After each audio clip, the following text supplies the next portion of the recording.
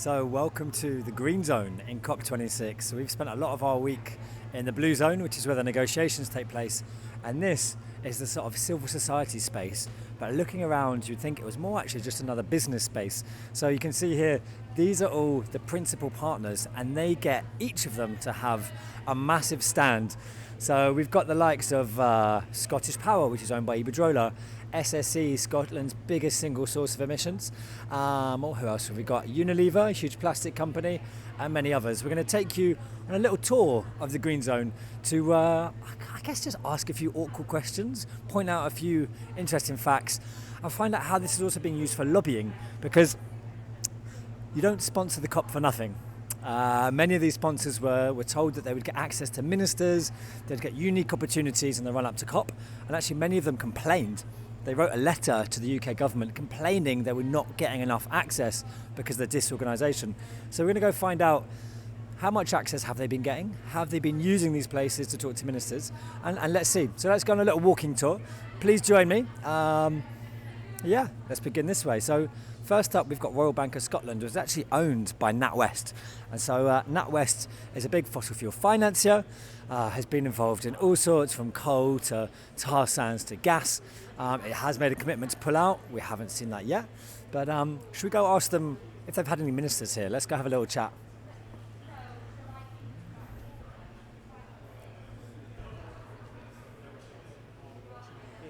Sorry. So what we... Hi there. Do you work here? We're just finding, because these are really beautiful pavilions, and I was wondering who's the most important person who's come and visited, because we thought they would be used, lots of people would be coming to visit. I was here the other day and there's a big crowd, and I was wondering who's come and visited your pavilion. Some famous people who came and visited her. Or like politicians, that sort of thing. We had a minister visiting us yesterday, and today we've had Deborah Meaden visit Okay. us. So it's been there has been a decent footprint. Yeah. It's been a bit quieter today as it's a Sunday. Yeah. But it has been quite busy. And can I ask who the minister was? Yes, and I've forgotten his name. No worries. Scottish, English? No, it was the UK minister. Okay. I have completely forgotten his name. No worries. I'm terribly sorry. That's completely fine. And was there anyone from sort of higher up in the Royal Bank of Scotland here to meet them and greet them? I'm not actually with the Royal Bank. I'm one of the Royal Bank's clients. Okay. So we were actually a company called Find Ocean, and we do offshore grouting. So we actually help in the construction phase of the offshore wind farms, and the bank has been supporting us. So who's been here from the banking perspective, I genuinely don't know, because I'm just here today. So have a chat. That's fine, but thank you so much for your help. It's okay. Thank you. Right. So, a couple of ministers.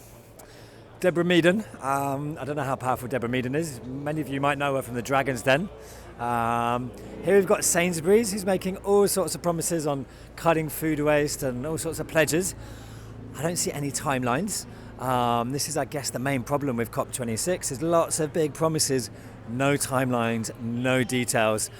So let's see. Yeah. And this Reckitt is one of the sponsors. Do you know why? Because we've got COVID and Reckitt owns Dettol. So they're the people who've been disinfecting everything. Here's a rather interesting one. So this is SSE's Southern Scottish Electric, which is Scotland's biggest single source of emissions. But you wouldn't be able to tell it by looking at this pavilion. This is all about their wind turbines. You can sign the turbine, write a message to world leaders, and they'll put it on the turbine when they build it, because all they're pushing here is their wind turbine facilities. What they don't tell you is that they're planning to build new gas-fired power stations in the northeast of England and Scotland. So no, I don't really see any of that in any of their stands. Oh, I tell a lie. What's this over here? Carbon capture for climate action. Wow, so they've produced a game of playing carbon capture with a university. This is the very experimental, costly, and potentially highly dangerous carbon capture and storage technology, which we pumped billions of public money into around Europe and the world and has not delivered in the slightest. But yeah, this is how SSE plans to carry on burning gas, because it claims it's going to be able to capture the emissions one day in the future. Let's see. But yeah, as you can see, pretty big on their wind turbines. Moving on.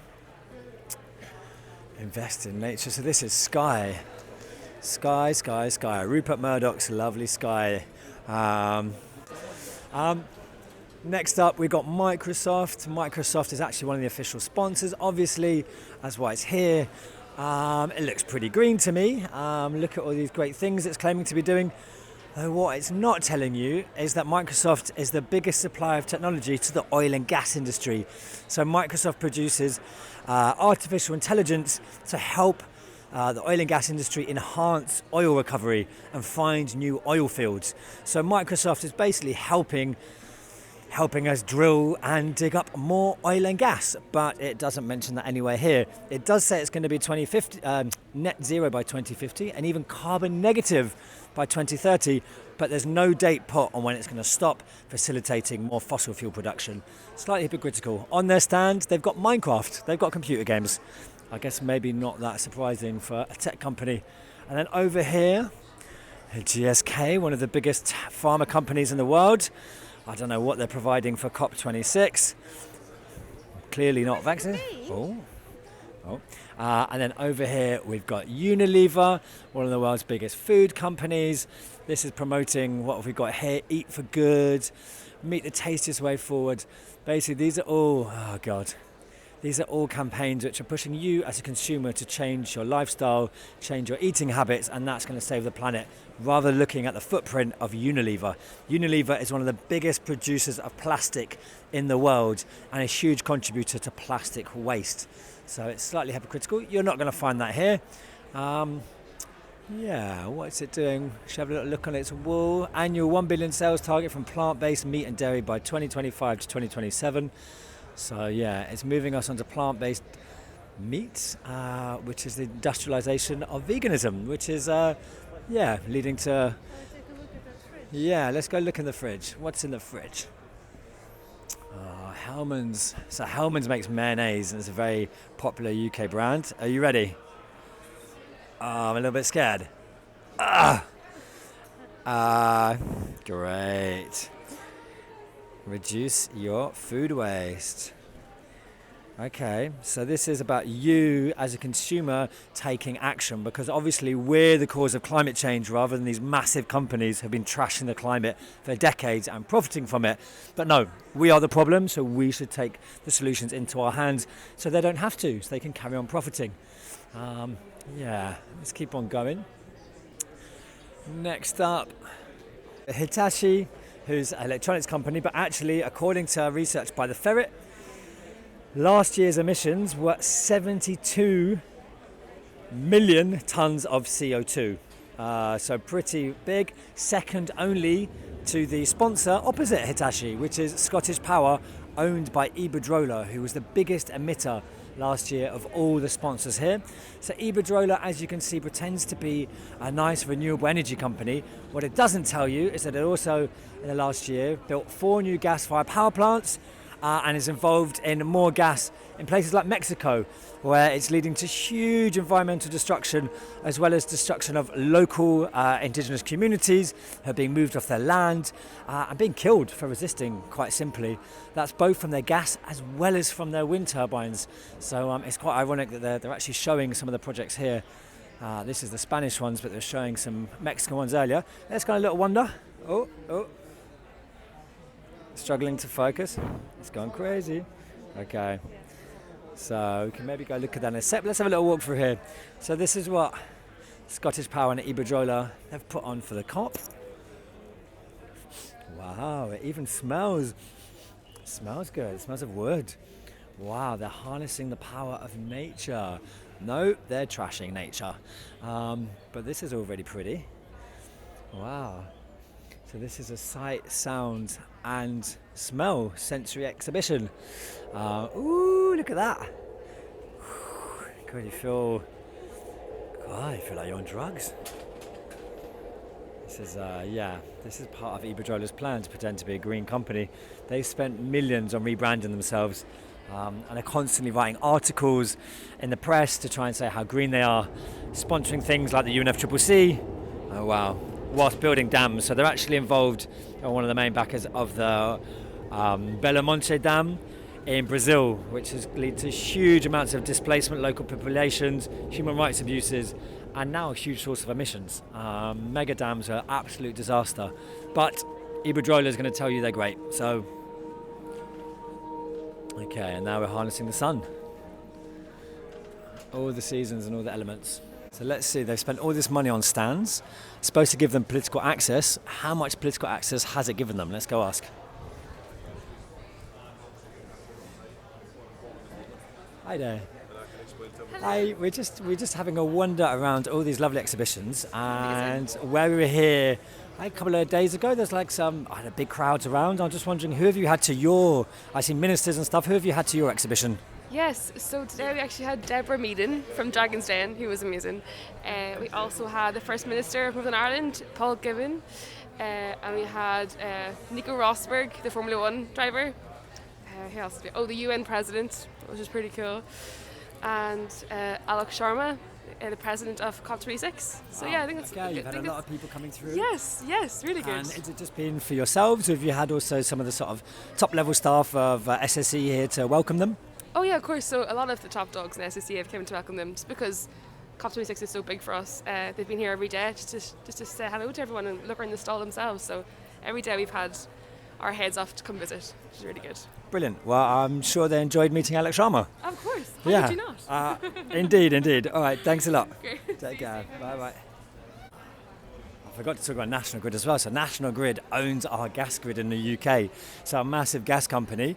What's it see as the future? Have a guess. More gas. So it's promoting more gas pipelines and also a lot through hydrogen, particularly hydrogen from fossil gas. So let's find out how much political access they've got. Hi guys, how you doing? We're just we're having a wander around all the different exhibitions and seeing there's been quite a few high-level people coming in. I was wondering, who have you had come to your stand? What sort of, any politicians or celebrities or what sort of people? We actually, our first day in the sun today, so we don't know any high-profile people, but Okay. Paula, you've been in the sun for a few days. What sort of high-profile people, any politicians have come and visited? Rup Sharma came yesterday. Okay, how was Yeah, that? it was great. Yeah. Yeah.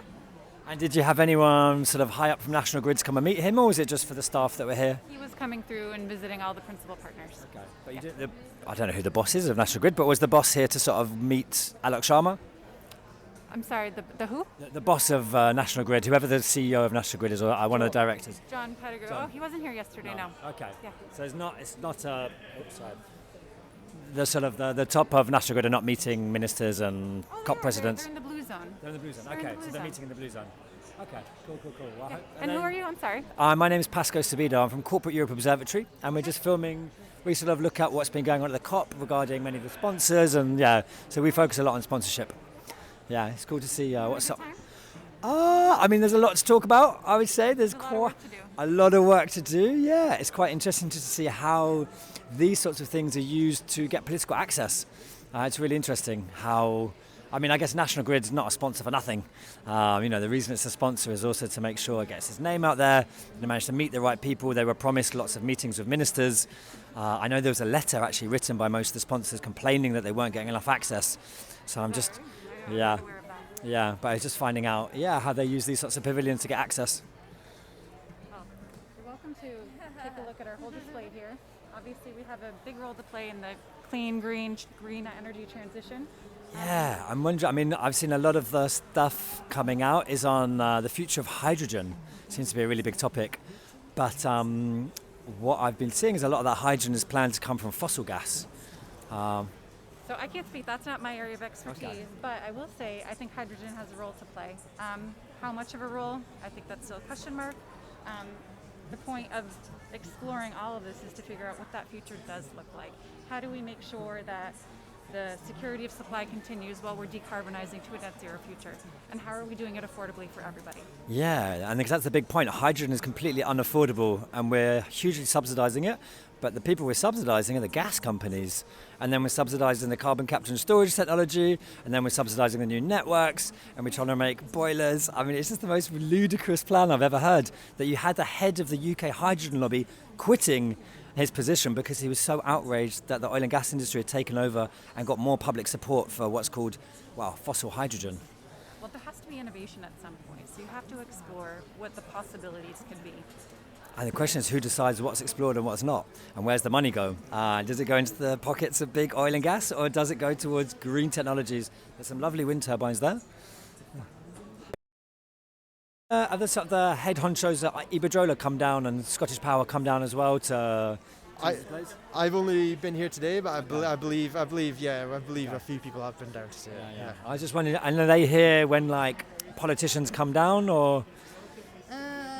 I don't think so. I think a lot of those meetings are probably in the blue zone, to my best of my knowledge. Cool. Thanks a lot. Cool. Cheers. So let's go see how Microsoft have been using their pavilion. Hi there. We've been wandering around the pavilions, and last time we were here, there's a big crowd around someone, I think a minister or something, and we're just wondering who's the most high-profile person you've been getting whilst here. Ask that man over there. That man over there. I can't remember the name of the MP.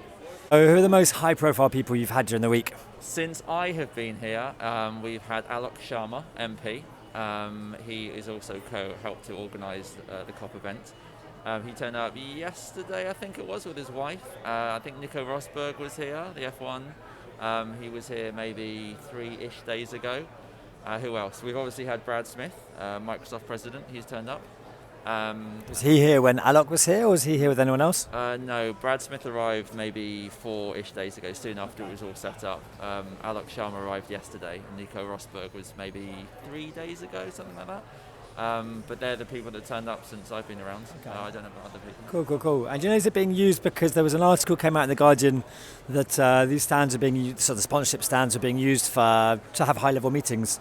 Have you seen any of that? Any of the Microsoft top lobbyists using it to chat to ministers? I haven't been privy to that. I've just been manning the booth basically since, just educating people on what Microsoft have been up to with sustainability since I've been here. Yeah. Cool. Thank you. Have a great rest of your day.